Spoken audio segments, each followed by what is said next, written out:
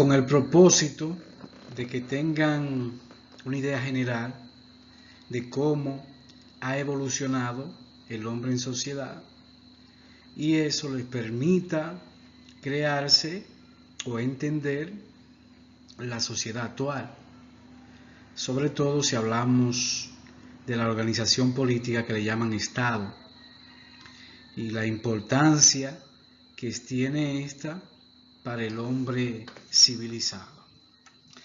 En ese sentido vamos a trabajar las diferentes etapas del desarrollo de la humanidad.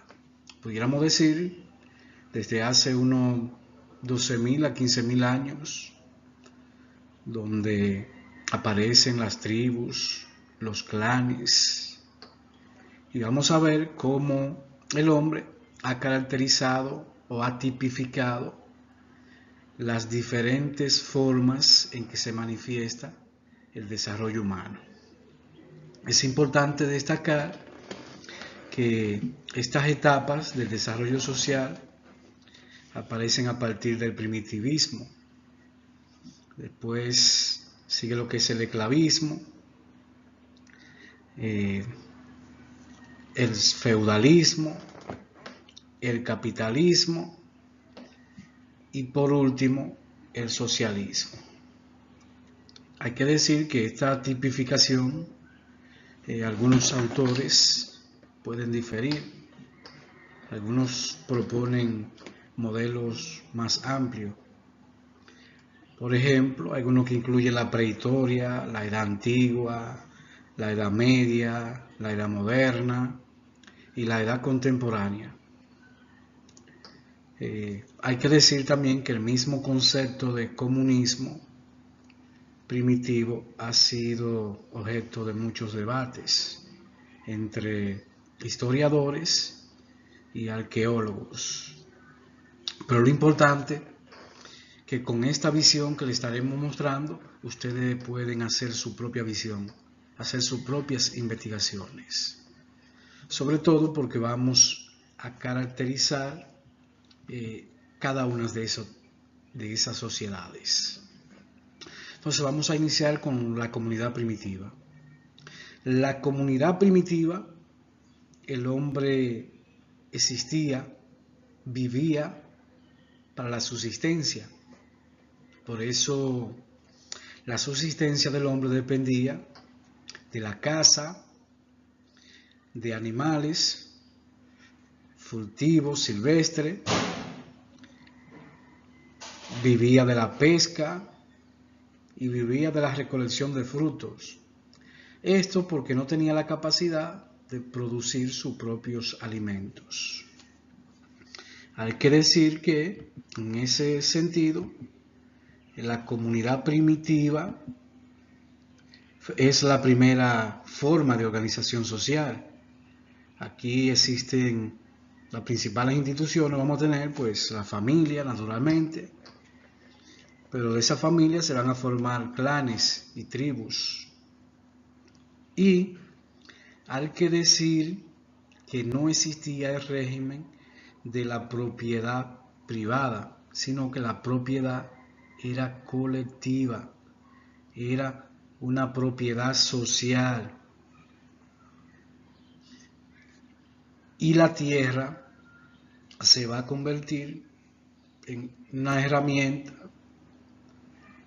para la subsistencia.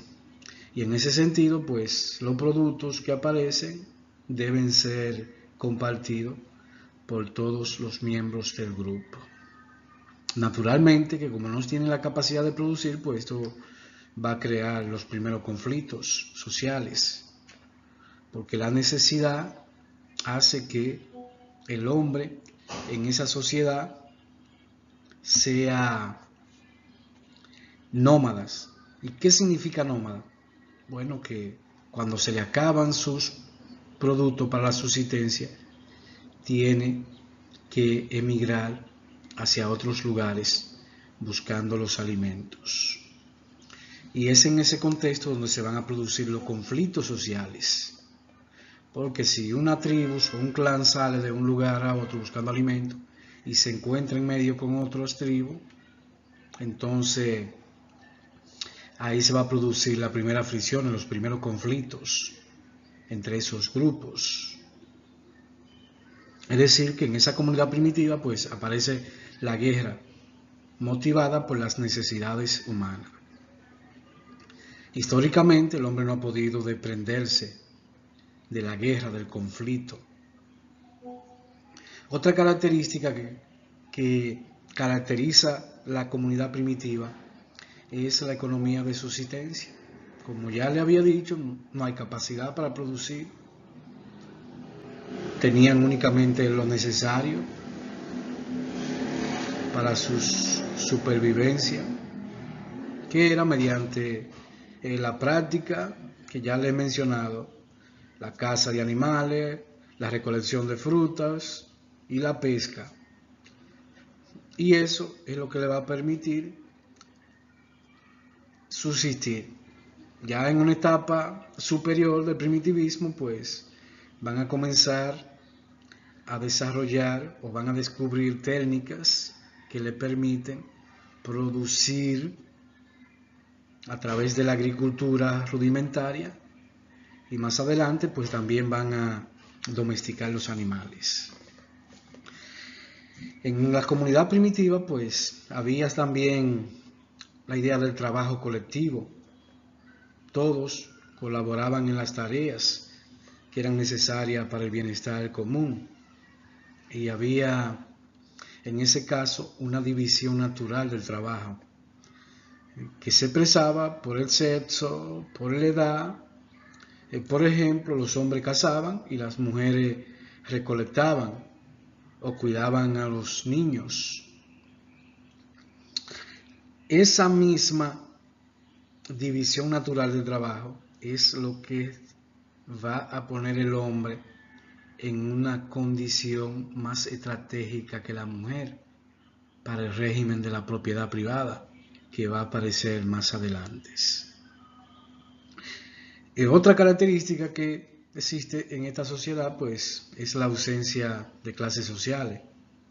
No habían ricos ni pobres.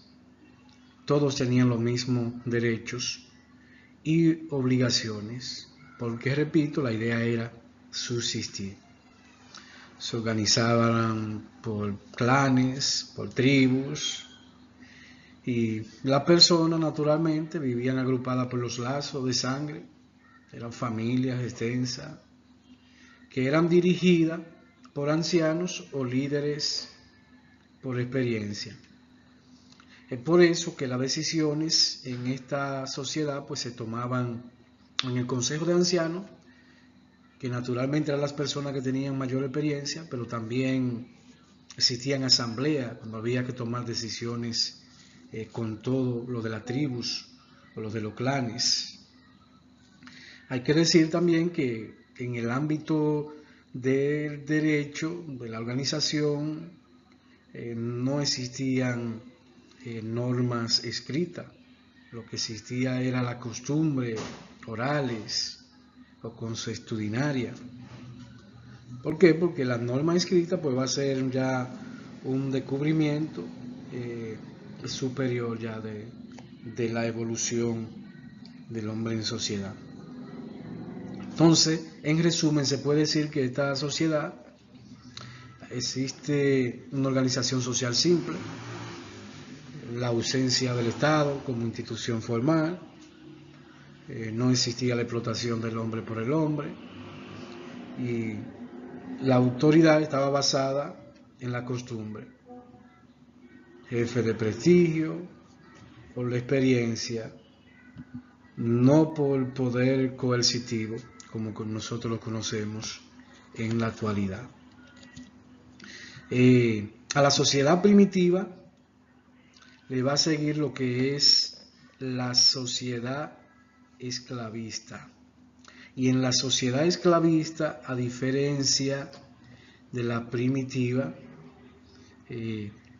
aparece la primera forma de Estado. Y no el Estado ya como institución, sino que los mismos conflictos que se producían en la comunidad primitiva va a otorgar ciertos poderes a grupos o a una persona en particular que va a recibir el nombre o diferentes nombres como rey, emperador, y sobre él pues recae un monopolio del poder. Por eso se puede decir que aquí aparece la primera forma de la manifestación del monopolio del poder a través de un hombre, que es lo que nosotros estudiamos en el caso del Estado. Pero también otras de las características de esta sociedad es la división en clases sociales, porque como aparece la propiedad privada, entonces van a existir esclavistas, que eran los dueños, y esclavos, que eran los trabajadores forzados. Y los esclavos muchas veces pues eran también el resultado de la guerra, de los conflictos. Quien vencía en un conflicto pues sometía al pueblo a sus intereses, a su fuerza, lo forzaba a trabajar determinadas cosas. Y eso pues naturalmente eran los esclavos. Hay que establecer también que no existía la propiedad privada de los medios de producción. Es por eso que recibe el nombre de esclavismo. Y cuando decía ahorita que en esta etapa de la humanidad el hombre le va a imponer el poder a la mujer, naturalmente que es así, pues como el hombre era en términos biológicos más fuerte y se dedicó a las actividades que necesitaban mayor fuerza, eso lo puso de manera privilegiada de frente a lo que es la propiedad privada. Y en términos de la evolución humana, pues eso ha sido determinante a lo largo de la historia. Entonces, ya aquí aparece lo que es la explotación del hombre por el hombre. Por eso recibe el nombre de esclavismo. Aparecen las leyes escritas y la organización jurídica formal. ¿Por qué? Bueno, porque el jefe, el emperador, el monarca, el rey, como se le quiera llamar, va a establecer o va a dictar ciertas reglas, ciertas normas. En ese contexto pues podemos destacar algunas de esas normas, como la de Sumeria, el rey Ur, que creó el código Ur. En Mesopotamia, el código Hammurabi. En la India, el código Manu. Y así cada sociedad va a desarrollar su propio código, que representa la visión de quien gobierna. En este caso, la autoridad que tiene poderes absolutos y lo maneja en términos personalistas. Y además de eso, pues también es un poder que es sucesoral. Entonces así se va a organizar el poder en esa sociedad esclavista. Y con la aparición de la norma, pues naturalmente que esto es un paso muy importante, porque va a comenzar a regularizarse lo que es el robo, lo que es la violencia, y se buscará disminuir la violencia. Por eso, en esa transición es que va a aparecer las explicaciones de lo sobrenatural y la justificación de la existencia de un Dios, que es el que acompaña al monarca. Por eso aparecen los sacerdotes, y los sacerdotes serán determinantes para la legitimación del poder de la autoridad territorial. Eso fue determinante y muy importante para la paz. Entonces, esa es la característica de la sociedad esclavista. Aquí el hombre alcanza un desarrollo histórico. El hombre alcanza un desarrollo histórico como nunca antes. Aparecen las primeras civilizaciones, como los sumerios, los persas, los hebreos, los egipcios, los griegos, los romanos, eso por el lado de Occidente, la civilización china, la civilización de la India, y todo esto permitió la acumulación de un conocimiento que impulsó un desarrollo histórico, tanto en económico, político como social de la humanidad. Entre esas civilizaciones, pues la que más han aportado, podemos decir que los egipcios, en términos políticos, ya aparece un documento que habla sobre la política, pero desarrollan la educación política, porque crean una escuela de administración, que era donde ellos preparaban, capacitaban a los futuros funcionarios, principalmente los escribas. Pero qué decir de los grandes aportes que luego aparecen en Grecia. En términos de política, podemos decir las formas de gobierno ya comienzan a estudiarse de manera estructurada, pero los aportes que hace la filosofía, y en términos jurídicos los aportes que hace la sociedad, la civilización romana. Lo mismo sucede por el lado de la India o de China. Es decir, va a desarrollarse un sistema político, económico y jurídico bastante complejo, que eso es propio de las sociedades esclavistas. De la sociedad esclavista entonces pasamos a lo que es la sociedad feudal, y se puede decir que la sociedad feudal representó un retroceso para la humanidad, porque esta sociedad se basaba en lo que era la repartición de tierra, y las principales características que se pueden identificar es que hay una división de clase rígida y jerárquica, que se encuentra principalmente bajo la autoridad de la nobleza, que eran los señores feudales, que eran los dueños de grandes extensiones de terreno. Pero también está el clero religioso,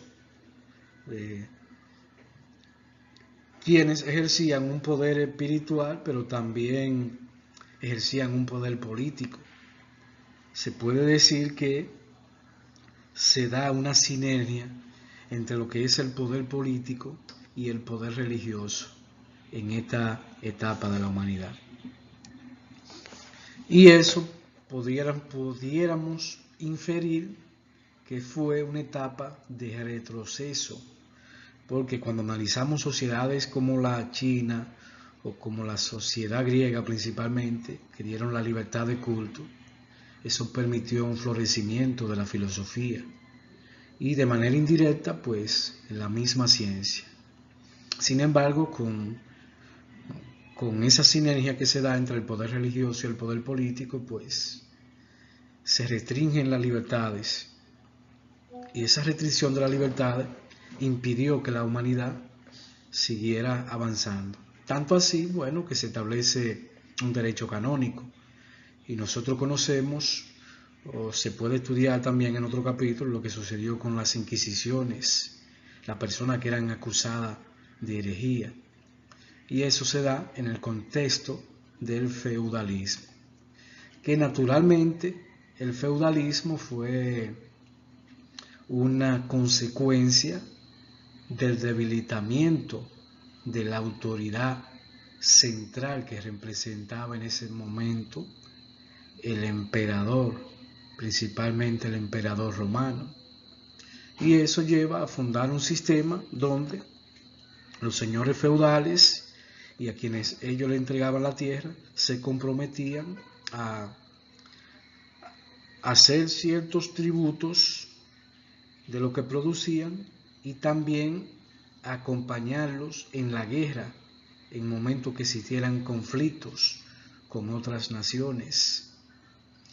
Por el otro lado, En Asia se habla de un modo de producción asiático que se da con la combinación del feudalismo y parte del esclavismo. En esa parte se habla mucho de los campesinos, incluso hasta épocas recientes.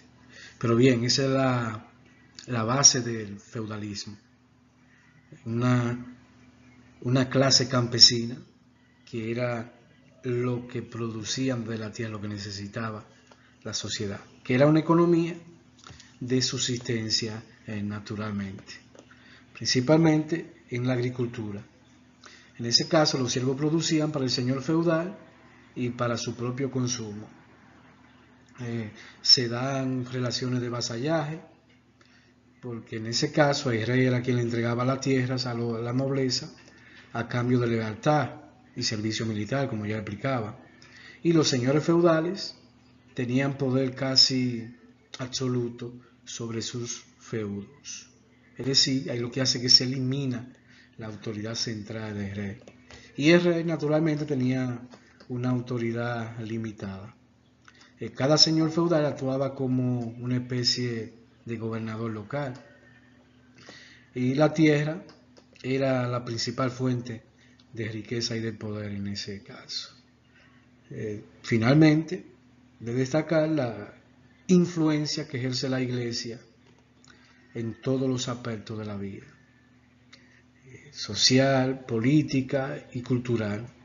Es ahí donde se da el paso definitivo de la creencia politeísta a la creencia monoteísta, que es como nosotros la conocemos en la actualidad. Entonces, de la sociedad feudal nosotros pasamos a lo que fue la sociedad capitalista. Y la sociedad capitalista puede definirse como el modelo social, económico y político que ha predominado desde el siglo XVI, siglo XVII hasta la actualidad. Entonces, ¿cuáles características tiene el capitalismo? Lo primero es la propiedad privada de los medios de producción. Ahí la fábrica, la tierra, las empresas, los recursos pertenecen a particulares, dejan de pertenecer al Estado. Entonces ustedes ven como una combinación del esclavismo, feudalismo, pero aquí perfeccionado, porque hay una acumulación de capital y eso permite una producción incentiva, porque además el desarrollo de la ciencia y de métodos de producción avanzado e intensivo pues permiten un desarrollo mucho más avanzado en la humanidad. En este caso hay que decir que hay una división de clases sociales. Se habla de la burguesía, que son los dueños del capital y de los medios de producción. Y por otro lado se habla del proletariado, que son los trabajadores que en este caso venden su fuerza de trabajo a cambio de un salario.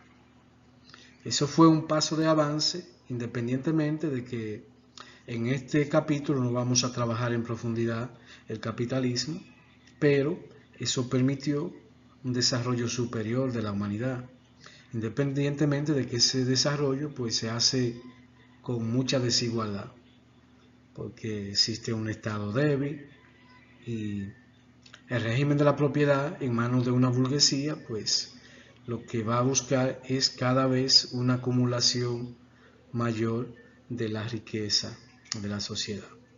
Otras de las características es la economía de mercado, basada en la oferta y la demanda. Y en esto se puede también establecer que como el proletariado lo que hace es vender su fuerza de trabajo a cambio de un salario, pues también se va a estimular la existencia de suficiente manos de obra para que eso pueda abaratar el precio de esta mano de obra para producir la materia prima o para producir los bienes industrializados en ese caso. ¿Por qué? Porque la base del mercado es la ley de oferta y la demanda. Por eso los precios, la producción y la distribución, quien los regula es el mercado. Es decir, no existe el Estado para regular esta parte. Hay que decir que comienzan a surgir conjuntos de derechos que nosotros lo vemos en la misma Constitución de la República, como sucede en el caso de República Dominicana, el artículo 50 y 51, que se refiere al régimen de la libertad de empresa, que establece que el Estado reconoce y garantiza la libre empresa, el comercio, la industria, y todas las personas tienen derecho a dedicarse libremente a la actividad económica de su preferencia, sin más limitaciones que las que prescritas en esta Constitución y las que establezcan las leyes. De igual manera, lo que es el derecho de propiedad, dice el Estado reconoce y garantiza el derecho de propiedad. La propiedad tiene una función social que implica obligaciones, y toda persona tiene derecho al goce, disfrute y disposición de su bien. Esos son derechos que son intrínsecos a la sociedad capitalista, porque a partir de las ideas intelectuales que plantea John Locke, lo que se busca es una transferencia del poder del Estado para producir a la sociedad privada, en este caso la sociedad capitalista, que es la que tiene la capacidad por su gran cantidad de recursos que ha acumulado. Otras de las características es precisamente esa, la acumulación de capital y búsqueda de ganancia. El objetivo principal de la empresa es que generar ganancia y reinvertirla para crecer. Por eso vemos el crecimiento económico que es desigual, que tenemos personas que tienen miles y miles de millones, cientos de miles de millones de dólares, otros que no tienen ni siquiera para comer. Eso ha sido el resultado de ese crecimiento y de ese estímulo que se ha dado desde esa sociedad capitalista. Otra característica es el trabajo asalariado. Por eso la mayoría de personas, ¿por qué trabajan? Trabajan por un empleo, a cambio de un salario, que muchas veces no le alcanza ni siquiera para cubrir sus necesidades básicas. Por eso en vez de un empleo se necesitan dos empleos. Yo creo que la parte más importante de esta sociedad es la innovación tecnológica y el desarrollo industrial. ¿Por qué? Porque se promueve la competencia y con eso hay un avance científico y un crecimiento económico. Porque naturalmente el régimen de derechos le ofrece una serie de libertades individuales que le van a permitir entrar en competencia. Y por último, esta sociedad capitalista pues tiene su base en lo que es el Estado liberal, que ya más adelante pues naturalmente vamos a hablar de eso.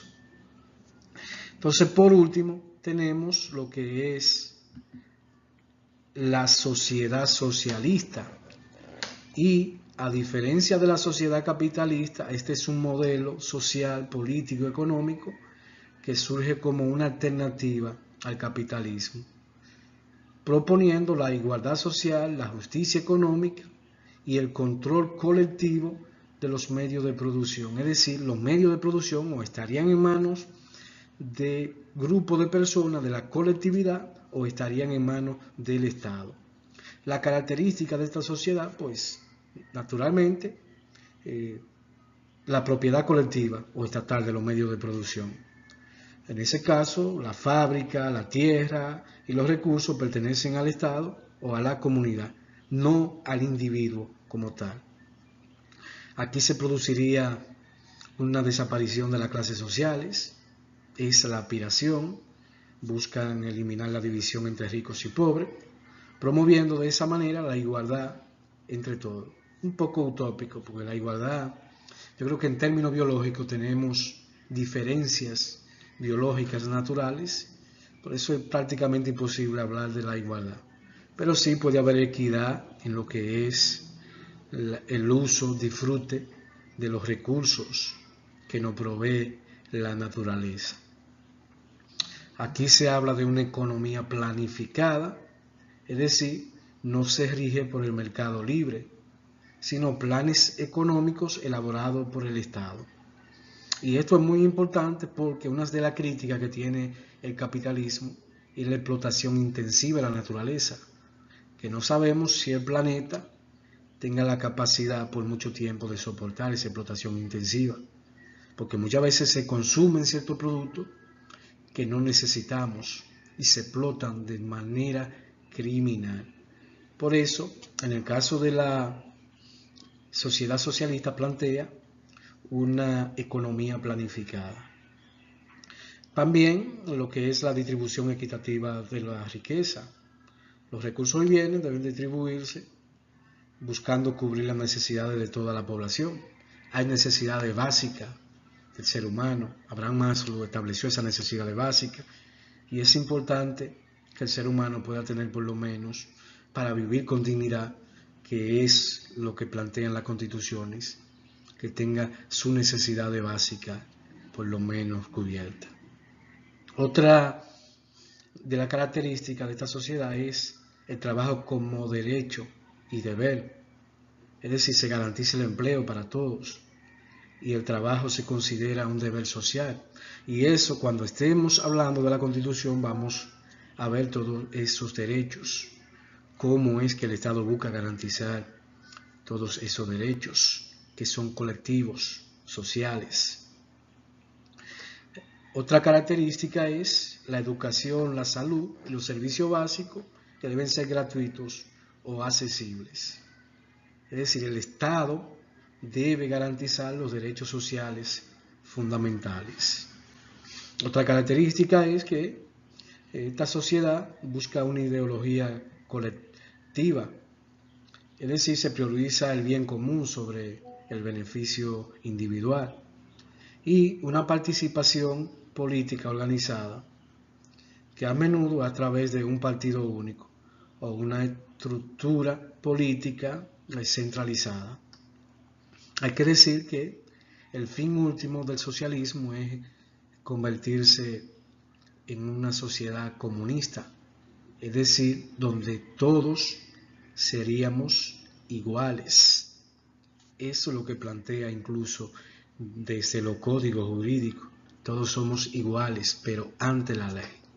Y yo creo que eso es utópico. Finalmente, yo quiero decirle que no existen sociedades perfectas. Lo que sí puede plantearse es que haya mayor equidad en los recursos naturales y puede haber un sistema equilibrado que combine tanto el capitalismo, que es un excelente productor, y yo creo que planificando esa gran innovación, emprendimiento que se plantea desde el capitalismo, pues podemos tener una sociedad más equitativa y justa, como lo plantea la sociedad socialista. Y a eso es que se aspira desde la Constitución de República Dominicana, cuando lo establece en su artículo 7, que habla del Estado social y democrático de derecho. Se da una combinación de capitalismo y socialismo. Espero que esto le haya gustado y nos vemos en una próxima entrega para seguir hablando de cómo está organizada la sociedad. Espero su comentario, qué le parece este audiovisual, cómo le impacta en su vida profesional, si tienen una forma diferente de ver la vida. Y ya en una próxima entrega, pues seguimos trabajando con el Estado y las formas de gobierno. Gracias por su atención y si quieren más contenido como este, pues les solicito que me sigan y que compartan desde mis redes sociales. Yo soy Nelson Reyes Estrella, periodista, abogado y politólogo.